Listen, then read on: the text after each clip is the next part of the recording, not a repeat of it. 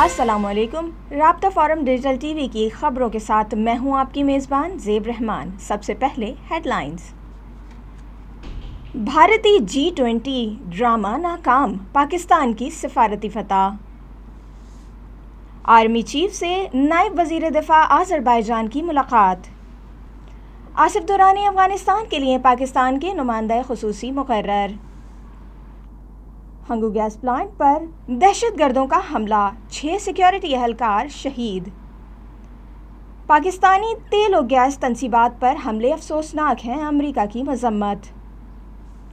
पाक फ़िज़ाइया का 65 की जंग में शहीद होने वाले hero flight lieutenant Yunus Hussain को खराज अक़ीदत। चलते हैं खबरों की मज़ीद तफसीलात की जानिब। अस्सलाम वालेकुम मिर्ज़ा साहब, कैसे खैरियत से हैं? ये अल्लाह का शुक्र है, आप फरमाएं कैसे हैं? तो आज ये जो बड़ी खबर है आज की कि भारतीय G20 का जो इजलास था ये नाकाम हो गया, ये जो ड्रामा था ये नाकाम हो गया और पाकिस्तान की सिफारती सतह माना जाता है। सर, किस तरह देखते हैं इस बात को?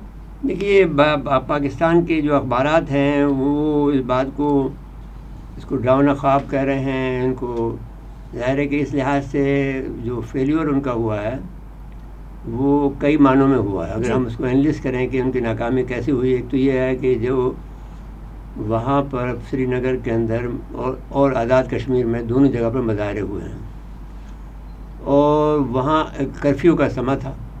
तो कर्फ्यू के समा के अंदर आप कोई आदमी कैसे इजलास कर सकता है? वो ये दिखाना चाहते थे कि साहब हमने कश्मीर पे कंट्रोल कर लिया है और हम मुकम्मल तौर पर अब हमारे कब्ज़े में है और इस तरह से हम इसको उसकी ऑथेंटिसिटी जो थी उसकी ये कानूनी हैसियत को जो उन्होंने तब्दील की है उसको वो मनवाना चाहते हैं दुनिया से जी।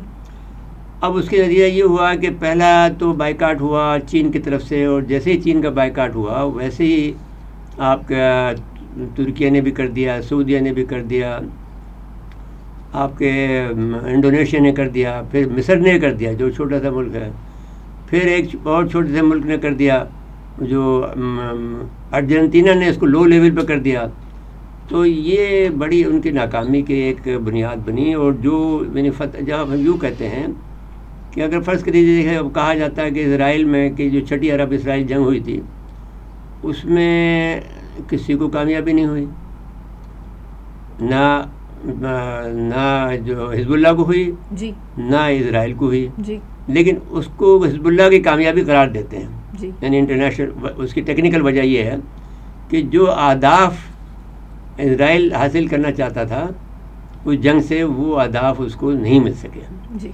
इसी तरह से ये इसमें नाकाम वो इसलिए हुआ है कि इंडिया को जो श्रीनगर के इस G20 के इजलास से जो अहदाफ हासिल करने थे वो उसको अहदाफ नहीं मिल सके, उसके जो एम्स एंड ऑब्जेक्ट थे वो उसको हासिल नहीं हो सके। अब यह दूसरी बात ये है, एक अजीब बात ये हुई कि जब वो उनका जो वज़ीर जो इत्तलात हैं उन्होंने ये कहा कि जितेंद्र सिंह ने सहाफ़ियों से उलझ पड़े। दूसरी बड़ी बात होगी कि आपने इतना उलझाव हुआ।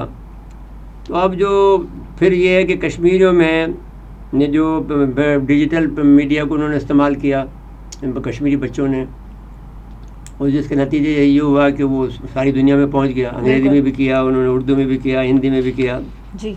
अक़वाम मुत्तहिदा के सेक्रेटरी जनरल के दफ्तर पे उन्होंने याददाश्त भी पेश की जी।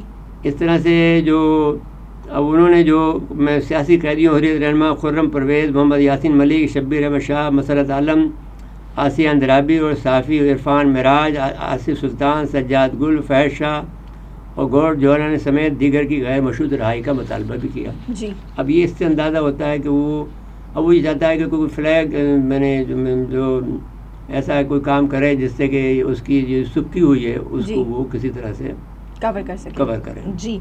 सर, अगली खबर की जानिब जाएंगे। आर्मी चीफ से हमारे जो आर्मी चीफ हैं जनरल आसिम मुनीर साहब, उनकी मुलाकात हुई है नायब वज़ीर दिफा आज़रबाईजान से, जिसमें पेशा वराना उमूर और सिक्योरिटी के हवाले से जो चीज़ें हैं, जो मामलात हैं, इन्हें बढ़ाने के बारे में बात की गई है। इस चीज़ को किस नज़र से देखेंगे? देखिए, बात यह है कि पाकिस्तान के बारे में ये कहा जाता है, हम तो उसको सरकारी तौर पर डिनाई करते हैं और मेरे ख्याल में हम सही डिनाई करते हैं, लेकिन आर्मी हमने ये बात देखी कि वहाँ पर आज़रबाईजान की और जब आर्मीनिया की जंग हुई थी तो उनके घरों के ऊपर तुर्किया के झंडे थे और हमारे थे। उस ज़माने में तुर्की था, अभी तो तुर्किया का हो गया है। تو اس پر جھنڈے لگے ہوئے تھے. ہم حیران ہوتے تھے کہ بھائی ہمارے جھنڈے کیوں لگے ہوئے ہیں. جی. تو پھر معلوم یہ ہوا کہ کچھ نہ کچھ ہم لوگوں نے مدد کی ہے. ہم نے کوئی اپنا جہاز استعمال نہیں کیا, ہم نے کوئی آدمی ہم نے نہیں بھیجے, لیکن یہ ہے کہ کوئی نہ کچھ ہم نے ان کی مدد ضرور کی ہوگی. تو وہ اس وقت جو ہے جو نیا مسئلہ کھڑا ہوا ہے وہ یہ ہوا ہے کہ آرمینیا اس بات پہ راضی ہو گیا ہے کہ نکولا جو قرباغ کا علاقہ ہے وہ اس کو وہ تسلیم کرنے کو تیار ہے آذربائیجان کو, جی, بشرطیہ کہ وہاں کے جو آرمینین باشندے ہیں ان کو تحفظ فراہم کیا جائے. جی. تو اس سلسلے میں سمجھتا ہوں کہ وہ کوئی ان سے مشورہ کرنے آیا ہوگا, کیونکہ بہرحال یہ ساتھی ہیں. تیسری خبر ہمارے پاس جو بڑی ہے وہ یہ کہ آصف درانی افغانستان کے لیے پاکستان کے نمائندہ خصوصی مقرر ہو چکے ہیں. ہنا ربانی گھر سے بھی ان کی ملاقات ہوئی ہے. اور آپ کیا سمجھتے ہیں کہ اس وقت ان تمام شخصیات کی موجودگی میں آصف درانی صاحب کو وزیر ہمارے جو نمائندہ خصوصی ہیں مقرر کرنے کی کیا وجہ ہوگی؟ دیکھیے, آصف درانی صاحب سے ہم ایران میں 2013 میں ملے تھے. جی. ابھی 8 مئی کو اور 7 مئی کو ان سے ملاقات ہوئی ہماری کوئٹہ کے اندر. ٹھیک. میں کوئٹہ گیا تھا تو وہاں پر ان کے کھانے پر بھی ملاقات ہوئی, جو رات کا کھانا تھا سنڈے کا. تو پھر 8 تاریخ کو ان کا سیمینار تھا. جی. جو ہماری BT10 ہماری جو سسٹر میں نے تنظیم ہے, تھنک ٹینک ہے, بلوچستان تھنک ٹینک جی نیٹ ورک, اس کا نام ہے BTTN. صحیح. بریگیڈیئر گل صاحب ان کے سربراہ ہیں. تو ان کی طرف سے ایک سیمینار ہوا تھا, اس میں یہ بھی اسپیکر تھے. تو آصف درانی صاحب سے ان سے ملاقات ہوئی اور انہوں نے پھر جو مقالہ پڑھا تھا وہ بہت اچھا پڑھا تھا.